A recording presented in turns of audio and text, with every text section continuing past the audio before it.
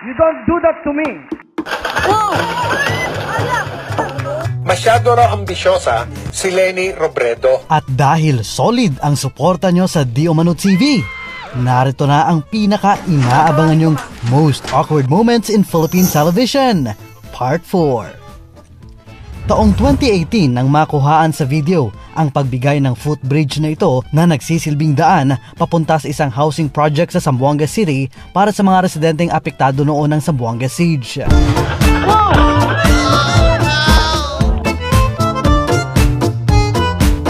Kasama nga sa mga nahulog noon sa maruming bahagi ng dagat ay ang mismong mayor ng lungsod na si Mayor Beng Salazar, kasama sina Negros Occidental Representative Albi Benitez at Zamboanga City Representative Celso Lobregat. Nag-e-inspeksyon noon sa nasabing housing project ang mga opisyal kasama ang kanilang mga staff nang maganap ang aksidente. Tila blessing in disguise naman para sa mga residente ang pangyayaring ito dahil agad na nagdesisyon ng mga opisyal na ipasemento na ang nasabing footbridge. Pinag-uusapan lang namin na dapat talaga isemento na yun. Hindi dapat ma-replace na by cement. And speaking of nahulog, viral din ang aksidenteng pagkahulog ni Maine Mendoza habang nagpapadulas ito sa set ng Itbulaga. Oh.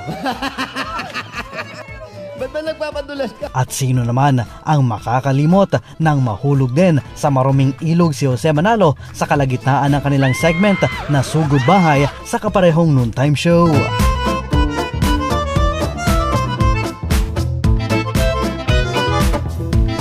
Bago tayo magpatuloy, huwag kalimutang mag-subscribe sa Di Umano TV. Oh my God!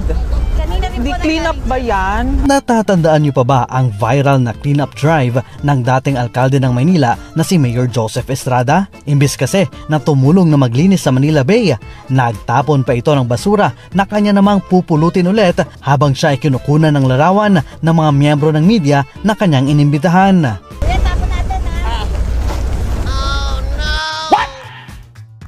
Oh my God, is that a joke? Hindi ko pupulutin po ulit. Pupulutin ulit? Katunayan ay dalawang divers pa ang lumusong sa maruming tubig upang ikalat ang basura malapit sa bangka ni Erap na siya namang pupulutin ito para sa di umano'y extensive cleanup drive. Ang galing-galing naman ni Mayor. Ayon naman kay Mayor Erap, aminado siyang isang publicity stunt lamang ang kanilang ginawa pero iginiit naman itong seryoso naman daw sila sa kanilang layunin na linisin ang Manila Bay. Oh my God, is that a joke? Hindi ko pupulutin po ulit. Pupulutin ulit? Taong 2002 naman nang ipinanukala ng mga mambabatas, partikular sina dating Senador Juan Flavier at Manny Villar na iban ang commercial na ito ng McDonald's Philippines na kung una mong papanoorin ay cute naman at inosente. Hindi naman nagmano ng ice. Dada. Dimples mo. Dada. How about the nose? Dada. Kaya pango. Sino naman ang love ng baby ko? Dada. Parehong ipinunto ng mga dating senador na ang under the table na pagbibigay ng french fries ng ama sa kanyang anak kapalit ng pagsisinungaling nito ay nagtuturo di umano ng mga maling values kagaya ng bribery at dishonesty. What a coincidence mga kaibigan, dahil alam naman natin na ang mga maling values na ito ay common sa mga politiko. Dahil nga dito ay napilitan na lang ang McDonald's na i-pull out ang pagpapalabas ng nasabing commercial.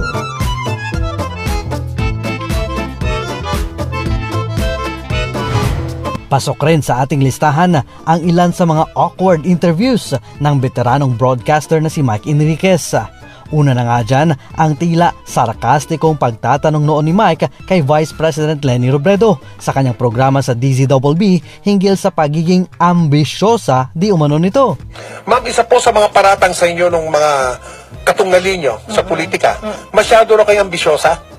Masyado raw ambisyosa si Leni Robredo. Oh. Kasi yung paratang sa atin, gusto natin magpangulo. Ang number one daw na papel ng Vice Presidente ay hintayin matigok ang presidente para maging presidente. Talagang parating magkakaroon ng paratang na ganyan. Kasi mahirap kung tingnan natin kung ano yung specific na functions ng Vice President. Ang nakalagay talaga, dapat prepared siya to lead should something happen to the President. Kaya parating suspect na meron kang ganitong pagnanasa, pero kung sino man nakakakilala sa akin, alam na hindi to totoo. Ganon? Hindi totoo? Hindi totoo. Ano gusto niyo maging? Ako, ang gusto ko na lang, pabiluhin sana tayo sa paggawa ng trabaho ngayon. Ganon? Tila mas lalo pang naging sarkastiko ang broadcaster nang tanungin si Robredo hinggil sa mga plano niya sa taong 2022. Matatapos kayo ni Pangulong Duterte sa 5 taon pa, Mike. Ha? 5 taon pa. Bakit ganun yung sinabi? 5 taon pa, Mike. 2022. Parang ang tagal na. Parang ang tagal na, di ba? 5 taon pa, Mike. Parang nahalata ba? Bumaba po yung balikat niya. Ewan ko kung namalayan niyo yun. Oo. So, pagkatapos ng 5 taon, masyado bang maaga para tanungin kayo? Yung 2022 masyado malayo pa, pero kung tatanungin ako, wala akong balak kung mandidato para pangulo sa 2022. Ganon? Wala? Opo, wala? Never? Never. Sino rin ang makakalimot sa classic na reaksyon ni Mike Enriquez matapos na tila mapahiya ito sa national TV? Paano ba naman? Seryosong-seryoso ito sa pagtatanong noon kay Eric Quizon hinggil sa sitwasyon ng kalusugan ng yumaong comedy king na si Dolphy. Pero ang ending, kabilang istasyon pala ang naririnig nito. Eric, si Mike ito, Mike Enriquez ito, Eric. Meron bang sinabing doktor na number of hours na dapat tayo magbantay para makita natin kung ano mangyayari sa kondisyon ni Mang Dolphy, Eric? Meron bang critical number of hours? 12 hours, 24 oras mula ngayon, or 48 oras? Yes, Corina. Napanood ko nga yun yung episode na yun na tinatanong mo sana. Yun na nga yung pinag-uusapan namin magkakapatid. No? Pati si Senador Laila de Lima ay hindi rin nakaligtas sa mga pasimpleng tirada ni Mike. Senadora, anong plano nyo ngayong pinalayas kayo bilang chairman ng Senate Committee on Justice and Human Rights? Naku, ang ganda ng pagkakasabi nyo, pinalayas ako sa pagka-chairman. And speaking of awkward interview, aba ngayong 2020, sino nga ba ang makakalimot dito? Kasi sabi nga may convict-19. What? Ano po? May virus baga yung tawag doon? Taong 2008 naman, nang makuna ng kamera ang di umano'y pagtataray at pagwawala ng dating Presidente Gloria Macapagal Arroyo bago ang taping ng kanyang pahayag para sa telebisyon hinggil sa patraidor na pag-atake ng MILF. Where is the prompter? Tatawagin ko, ma'am.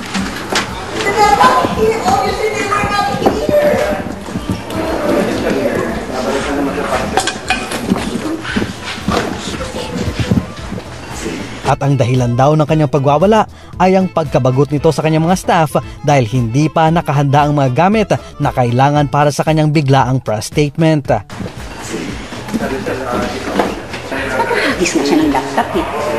Pero hindi pa natatapos dito ang lahat dahil pagbalik nito sa studio, wala pa rin ang teleprompter na hinahanap nito na dahilan ng kanyang muling pag-walkout. Where's the studio prompter? Let me go where it is. Where is it? Where is it now? Anytime mag-edit, ma'am. Ilagay pero prompter daw. Nandito siya. Sino naman ang mag-aakala na ang isa sa pinaka-nirerespetong journalist sa bansa ay susungal-ngalin ng pagkain ng isang tendero sa bansang Turkey? I hate you. You love me? Uy, sana all. O ano, bitin pa rin ba ang part 4? Manonood ka pa ba kung mayroon pa tayong part 5? Abay, i-comment mo na yan. Pero bago tayo magtapos, taos puso akong nagpapasalamat sa inyo dahil mahigit 100,000 subscribers na ang Di Umano TV. Hindi ko man kayo maisa-isang lahat. Ako'y labis na nagpapasalamat sa inyong mainit na pagsuporta. Kung nagustuhan mo ang presentasyong ito, huwag kakalimutang mag-subscribe at pindutin ang notification bell para hindi ka mahuli sa mga susunod na mga kwentong di umano.